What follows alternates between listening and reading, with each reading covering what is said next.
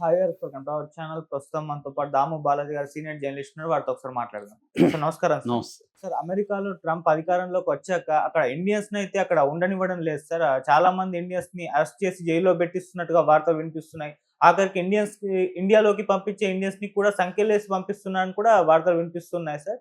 మరి ఈ స్థాయిలో ట్రంప్ ఎందుకు ఇండియన్స్ పట్ల ఈ విధంగా బిహేవ్ చేస్తున్నాడు? మరి ఇంత చేస్తున్నా కూడా ఇక్కడ నరేంద్ర మోదీ గారైతే మౌనంగా ఉన్నారు. దీనికి గల కారణం ఏంటి సార్?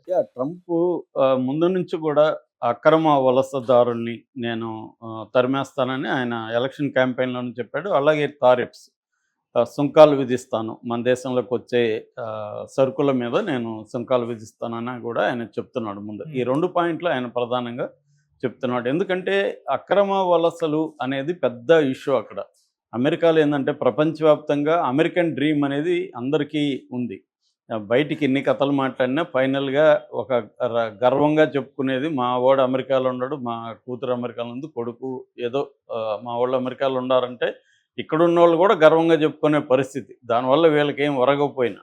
అటువంటి ఒక అమెరికన్ డ్రీమ్ ఉండడం వల్ల ఏమవుతుందంటే అక్రమంగా ఎప్పుడైనా దేనికైనా డిమాండ్ బట్టే రకరకాల సప్లైలుంటాయి. అసలు అక్రమాలు ఎప్పుడు జరుగుతుంటాయి, దానికి పెద్ద ఎత్తున డిమాండ్ ఉండి సక్రమైన రూట్లో సరిపోనప్పుడే కదా సక్రమంగా అందరికీ రావాల్సిన వాళ్ళందరూ రండి అని చెప్పేస్తే అక్కడేం ఇబ్బంది ఉండదు.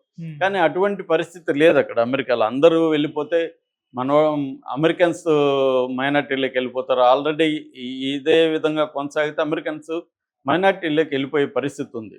సో దానివల్ల వాళ్ళు ఏం చేస్తారు, ట్రంప్ ఆ కన్సర్న్ని ఆయన అడ్రస్ చేశాడు. అందుకే గెలవగలిగాడు రెండోసారి కూడా. ప్రజల్లో ఈ కన్సర్న్ ఉంది. అక్రమ వలసలు వచ్చి వీళ్ళు మొత్తం మన దేశాన్ని ఆక్యుపై చేసేస్తున్నారు, మన వాళ్ళకి ఉద్యోగాలు లేవు అన్న ఒక ధోరణి అక్కడ బలంగా పెరిగింది. సో ఇప్పుడు లెక్కలు తీశారు. ఇప్పుడు లెక్కల ప్రకారం 1,13,00,000 మంది అక్రమ వలసదారులు ఉన్నారని చెప్తున్నారు. ప్రధానంగా లాటిన్ అమెరికన్ దేశాల నుంచి అక్రమ వలసలు ఎక్కువ ఉంటాయి. ఎందుకంటే లాటిన్ అమెరికన్ దేశాన్ని సౌత్ అమెరికా అంటారు, అమెరికన్ నార్త్ అమెరికా అంటారు. పక్కనే దగ్గరలో ఉంటాయి అన్నమాట అవి. చాలా వరకు మెక్సికో బార్డర్, ఇవన్నీ బార్డర్లో కూడా ఉంటాయి. సో వాటిలో నుంచి ఎక్కువ మంది వచ్చారు. మొత్తంగా ఇండియన్స్ కూడా దాంట్లో బలంగా ఉన్నారు. నేను చాలాసార్లు మన ఛానల్లో కూడా చెప్పాను. రష్యా, చైనా నెంబర్ 1గా ఉండేది వలసల్లో. దాన్ని కూడా క్రాస్ చేసేసింది ఇండియా. ఇండియాలో లాస్ట్ ఇయర్ కూడా అక్రమ వలసలు దాదాపు 96,000 మంది, అంటే అరౌండ్ 1,00,000 పీపుల్, అంటే రాను ఎవ్రీ ఇయర్ పెరుగుతున్నారు అన్నమాట. సో అలాగే ఇప్పటి వరకు అమెరికా ప్రకటిస్తున్న దాని ప్రకారం 7,25,000 మంది అక్రమంగా వెళ్ళిన వాళ్ళు. వీళ్ళు సక్రమంగా వెళ్ళిన వాళ్ళు 54,00,000 మంది అంతమంది ఉన్నారు. అక్రమంగా వెళ్ళిన వాళ్ళు 7,25,000 మంది. అక్రమం అంటే ఏంటి? ఏదో ఒక వీసా తీసుకెళ్ళిపోవడం, అక్కడే వీసా గడువు ముగిసిన తర్వాత అక్కడే ఉండిపోవడం, వీసాలు కూడా లేకుండా రకరకాల బార్డర్ల ద్వారా డాంకీ రూట్ అంటారు. మన డాంకీ సినిమా కూడా వచ్చింది. ఆ డాంకీ రూట్ ద్వారా వెళ్ళిపోవడం ఇలాగా జరుగుతుందన్నమాట. ఇందులో ఇప్పుడు వరకు 20,407 మందిని ఇమ్మీడియట్గా పంపించడానికి ఒక ఐడెంటిఫై చేశారు ఇండియన్స్ని. అందులో 17,940 మందిని వెనక్కి పంపిస్తారు. మిగతా 2,467 మంది ఆల్రెడీ జైళ్ళల్లో ఉన్నారు, మన వాళ్ళే. అంటే వీళ్ళు అక్కడ పట్టుబడిపోయి బార్డర్లలో పట్టుబడడం, ఇలాగ పట్టుబడినప్పుడు ఎన్ఫోర్స్మెంట్ అండ్ రిమూవ్డ్ ఆపరేషన్ అనమాట. వీళ్ళు దీని మీద వీళ్ళని నిర్బంధించారు. ఈ ఎన్ఫోర్స్మెంట్ డిపార్ట్మెంటు 2,467 మంది నిర్బంధించారు. 17,940 మంది వెనక్కి పంపించాలి. ఇప్పుడు ఏం చేస్తుందంటే అమెరికా చాలామందిని తమ సైనిక విమానాల్లో పంపిస్తుంది. అది కూడా వాళ్ళకి సంకెళ్ళు వేసి, బేడీలు వేసి పంపిస్తుంది. ఇది ఇప్పుడు ప్రపంచవ్యాప్తంగా వ్యతిరేకత వచ్చింది. Already Colombian president Gustavo Pedro, నేను మీ సైనిక విమానాలు వస్తే నేను అలో చేయను మా దేశంలోకి, మీరు ఎవరెవరు ఉన్నారో చెప్పండి, మా ఎంబసీ వాళ్ళు ఫైనలైజ్ చేసినాక నేనే తీసుకొచ్చుకుంటా గౌరవంగా వాళ్ళని అని ఆయన ప్రకటించాడు. అట్లాగే మిగతా వాళ్ళు కూడా ఇట్లా మీరు ఇలా చేయడం కరెక్ట్ కాదని వ్యతిరేకించారు, మెక్సికో కానీ వీళ్ళందరూ కూడా. కాకపోతే ఓవరాల్గా ట్రంప్ని వ్యతిరేకించే పరిస్థితుల్లో, గట్టిగా ఎదిరించే పరిస్థితుల్లో ఏ దేశం కూడా ఇవాళ లేదు. కెనడా మెక్సికో మీద 25% సుంకాలు విధించినప్పుడు కూడా వాళ్ళు ఫస్ట్ ఏదో బెంకంగా మాట్లాడారు, కానీ తర్వాత దిగొచ్చారు, ట్రంప్ డిమాండ్స్ను ఒప్పుకున్నారు. బార్డర్లో వలసలు రానికుండా చూసుకోవడానికి వేల డాలర్లు ఖర్చు పెట్టి గస్తీ పెంచారు. దాంతో ట్రంప్ కూడా వాళ్ళకి 1 మంత్ పాజ్ పెట్టాడు. మీరు కరెక్ట్గా నేను చెప్పినవన్నీ చేస్తే నేను మీ మీద ఆంక్షలు ఎత్తేస్తానని చెప్పాడు. సో అలాగే చైనా కూడా ఒక పక్క చర్చలు జరుపుతుంది. అంటే ఎప్పుడైనా కూడా వివిధ ప్రపంచంలో ఏది బలమైన దేశం ఆ దేశంతో గొడవ పడడానికి మిగతా దేశాలు రెడీగా ఉండవు. కొంత ఇచ్చిపుచ్చుకునే ధోరణులు ఉంటాయి. కొన్ని ఇతర దేశాలతో స్నేహాలు పెంచుకునే పద్ధతులు ఉంటుంది. ఇండియా కూడా అదే చేస్తుంది. అందుకనే ఇండియా అక్రమంగా వాళ్ళని మేము పంపిస్తా ఉన్నప్పుడు ఇండియా ఒప్పుకునింది. మన ఎంబసీ అక్కడ అధికారులతో ఎన్ఫోర్స్మెంట్ అధికారులతో మాట్లాడారు. మన ఇప్పుడు ఒక బ్యాచ్ని పంపిస్తామంటే ఆ బ్యాచ్ ఎవరెవరు, వాళ్ళ డీటెయిల్స్ ఏంటి, వీళ్ళు ఇండియన్సేనా లేకపోతే ఇండియా గుండా పాకిస్తాన్ వాళ్ళు బంగ్లాదేశ్ వాళ్ళు వెళ్ళారా, ఇవన్నీ చెక్ చేసుకున్న తర్వాత ఒక సైనిక విమానం ద్వారా C-7 అంటారు, ఈ మిలిటరీ జెట్ అంటారు. ఈ మిలిటరీ జెట్టు హిడాల్గో టెక్సాస్ నుంచి బయలుదేరి నిన్న మన అమృత్సర్లోని శ్రీ గురు రామ్దాస్ ఇంటర్నేషనల్ ఎయిర్పోర్ట్లో దిగింది. మొదట ఇందులో 205 మంది ఉన్నారన్నారు. కానీ ఇప్పుడు వరకు అఫీషియల్గా ప్రకటించలేదు. కానీ ఇంగ్లీషు మీడియా అంతా కూడా 104 ఉన్నారు దీంట్లో అని చెప్తున్నారు. ఇందులో హర్యానాకు సంబంధించిన వాళ్ళు 33 మంది, గుజరాత్కి సంబంధించిన వాళ్ళు 33 మంది, పంజాబ్ 30 మంది, మహారాష్ట్ర 3, చండీగఢ్ 3 ఉన్నట్టుగా మనకి ఛానల్స్ చెప్తున్నాయి.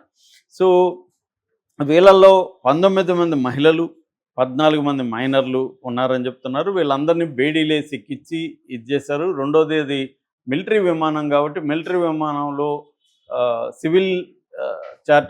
సివిలియన్ చార్టర్లకు ఉన్న సౌకర్యాలు ఏముండవు.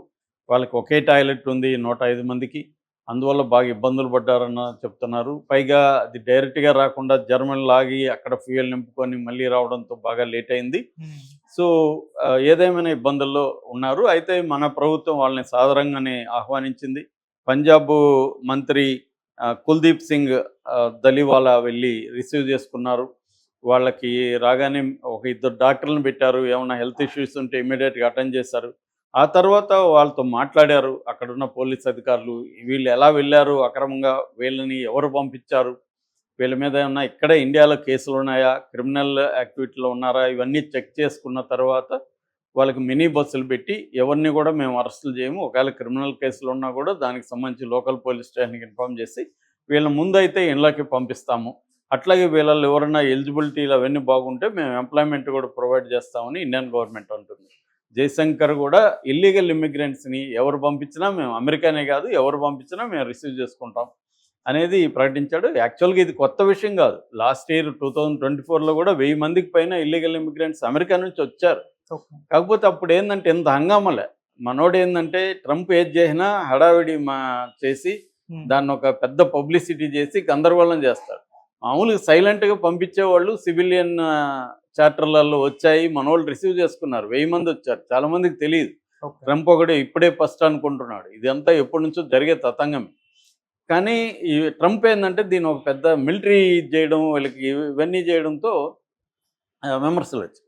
ఇక్కడ ఏంటంటే ట్రంప్ అసలు ఎందుకు చేస్తున్నాడు, ఎందుకంటే ఒక చార్టర్డ్ విమానానికంటే దీంట్లో పంపించడం వల్ల వాళ్ళ దేశానికి ఖర్చు ఎక్కువ అవుతుంది. ఇప్పుడు దీంట్లో ఒక ప్యాసింజర్కి $5,000 దాదాపు ఖర్చు అని చెప్తున్నారు. సో అంత ఖర్చు పెట్టి $5,000 అంటే బిజినెస్ క్లాస్లోనే వెళ్ళొచ్చు అని చెప్తున్నారు. సో అంత ఖర్చు పెట్టి ఎందుకు చేస్తున్నాడు అంటే దీన్నే ఆప్టిక్స్ అంటారు రాజకీయాల్లో. Optics important. అంటే సింబాలిక్గా నేను మిమ్మల్ని ఈ వలసదారుల్ని ఎలా చూస్తున్నాను. మామూలుగా అయితే వలసదారులు 2 రకాలు ఉంటారు. సక్రమ వలసలు, అక్రమ వలసలు. అక్రమ వలసల్లో మళ్ళీ 2 రకాలు ఉంటారు. Criminal illegal immigrants, non criminal illegal immigrants. కానీ అమెరికాలో ఉండే ఇల్లీగల్ ఇమిగ్రెంట్స్ అందరినీ క్రిమినల్స్ అంటున్నాడు ఎవరు, ట్రంప్. వాళ్ళ దేశంలో చట్టం కూడా ఒప్పుకోదు. ఇల్లీగల్ ఇమిగ్రెంట్స్ అనేది సివిల్ క్రైమ్ కానీ క్రిమినల్ క్రైమ్ కాదు. అందులో ఎవడైనా దొంగతనం చేసో కొట్టో చంపి ఉంటే వాడు క్రిమినల్ అవుతాడు తప్ప ఇల్లీగల్గా వెళ్ళిన వాళ్ళందరూ క్రిమినల్స్ కారు. కానీ అలా చేస్తున్నాడు. వాళ్ళని ఏలియన్స్ అంటున్నాడు. అతని లాంగ్వేజ్ కానీ అతని ప్రొజెక్షన్ కానీ ఒక డిఫరెంట్గా ఉంటుంది. తను ఒక విషయాన్ని బ్యాడ్గా చెప్పదలుచుకుంటే దానికి సంబంధించిన లాంగ్వేజ్, దానికి సంబంధించిన ప్రొజెక్షను ట్రంప్ చేస్తుంటాడు. అది లీగల్గా నిలబడుతున్నా లేదో అతనికి సంబంధం లేదు. అలాగా చేస్తున్నాడు అనమాట. దీన్ని మోడీ ఎందుకు సహిస్తున్నాడు? వాళ్ళని సైనిక విమానాల్లో పంపితే ఇవన్నీ విమర్శలు మోడీ మీద పెద్ద ఎత్తున సోషల్ మీడియాలో వస్తుంది. అయితే ఇక్కడ మోడీ ముందున్న ఆప్షన్స్ ఏంటని మనం చూస్తే మోడీ గట్టిగా వ్యతిరేకించే పరిస్థితిలో లేడు. మన దేశానికి పంపిస్తున్నప్పుడు తీసుకోవాలి. మేబీ ఈ మంత్లో మోడీ ట్రంప్తో కలిసినప్పుడు ఇవన్నీ చర్చించవచ్చు. నాకు తెలిసి ఏంటంటే మోడీ కూడా నెగోషియేట్ చేసి నెక్స్ట్ టైం వాళ్ళు కూడా నెక్స్ట్ టైం నుంచి సైనిక విమానాల్లో పంపరు, ఎందుకంటే కాస్ట్ ఎక్కువ కదా. కాబట్టి ఇద్దరు కలిసి ఒక ఒప్పందానికి వచ్చి వీళ్ళని ఎలా తీసుకురావాలి అని చెప్పి ఒక ప్లాన్ చేసుకొని ముందుకెళ్తారు. అప్పుడు ఈ సంఖ్యలు ఇవన్నీ కూడా ఉండకపోవచ్చు. ఇప్పుడైతే ఖచ్చితంగా మోడీ బహిరంగంగా అమెరికాను వ్యతిరేకించడం అనేది ఇవాళ ఉన్న పరిస్థితుల్లో, అంటే మనకిప్పుడు 100 రకాల ప్రయోజనాలు ఉన్నప్పుడు దేనికి ప్రయారిటీ ఇవ్వాలనేది చూసుకోవాలి. వేడి లేసిన దానికి మనం గోల్ చేస్తే రేపు మనకు లీగల్ ఇమ్మిగ్రెంట్స్ ప్రాబ్లం పెరుగుతుంది. తర్వాత ట్రేడ్, మన ఎక్స్పోర్ట్లలో 18% అమెరికాకు మనం ఎక్స్పోర్ట్ చేస్తాం, వీటిలో ఇబ్బందులు రావచ్చు. అట్లాగే టారిఫ్స్, మన ఇండియా నుంచి ఎక్స్పోర్ట్లు అక్కడికి వెళ్ళే వాటి మీద టారిఫ్స్ వేస్తే మనకి ఇబ్బంది రావచ్చు. ఇవన్నీ చూసుకొని దేనికి ఎంత వెయిటేజ్ ఇవ్వాలి అనేది మోడీ ప్రభుత్వం క్యాలిక్యులేటెడ్గా వెళ్తుంది. మోడీ ప్రభుత్వం కాదు, ప్రపంచంలో అన్ని దేశాలు కూడా ఇలాగే క్యాలిక్యులేటెడ్గా ట్రంప్తో డీల్ చేస్తున్నాడు. ట్రంప్ కూడా అందరితో క్యాలిక్యులేటెడ్గా డీల్ చేస్తున్నాడు, పైకి ఎన్ని చెప్పినా కూడా. అంటే ఫైనల్గా ఏ దేశం ఆ దేశ ప్రయోజనాన్ని దృష్టిలో పెట్టుకొని డీల్ చేస్తుంది తప్ప మోడీ ట్రంప్కి సరెండర్ అవ్వడం వల్ల మోడీకి వచ్చే ఉపయోగం ఉంది? మనోళ్ళు రాయడం ఈజీనే, నీకు అది లేదా ఇది లేదా సరెండర్ అయిపోతావా అని. సరెండర్ కాదు ఇది, పట్టు విడుపులు అంటారు. దౌత్యంలో పట్టు విడుపులు ఉండాలి, లాంగ్ టర్మ్ ప్రయోజనాలు ఉండాలి, మెజారిటీ ప్రయోజనాలను దృష్టిలో పెట్టుకోవాలి. ఇవన్నీ దృష్టిలో పెట్టుకొని మాట్లాడాలి. కాంప్రమైజ్ అవ్వడం అనేది ఇక్కడ లేదు.